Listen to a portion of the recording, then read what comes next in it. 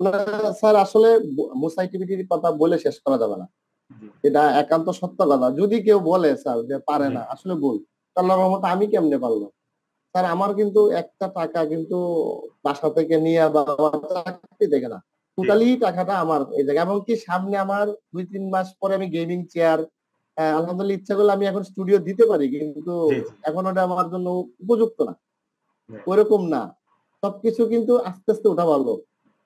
রাজাও sir বলছিল যে টাকার পিছে ঘুরবেন না, টাকা আপনার পিছে ঘুরবে, আগে কাজ শিখেন। রাইট, আমি রাইট, এই কথাগুলো স্যার মনে রাখছি। আপনি বলতেন যে ব্যবসা করলে কিন্তু ইনভেস্ট করতে হবে, ইনভেস্ট না করে ব্যবসার আশা করেন না। এটা জি, তো ঠিকই স্যার, যে কোনো জিনিস। জি, তো আমি এই কথাগুলা নিয়ে কিন্তু নিজে নিজে বিশ্লেষণ করি যে আসলে তো ঠিকই। এইভাবেই আসলে ইচ্ছা শক্তি, আল্লাহর কাছে সাহায্য চাইছি, চেষ্টা করছি। জি, হ্যাঁ, মানে অল্প একটু গেছি, এটা হলো অল্প স্বল্প।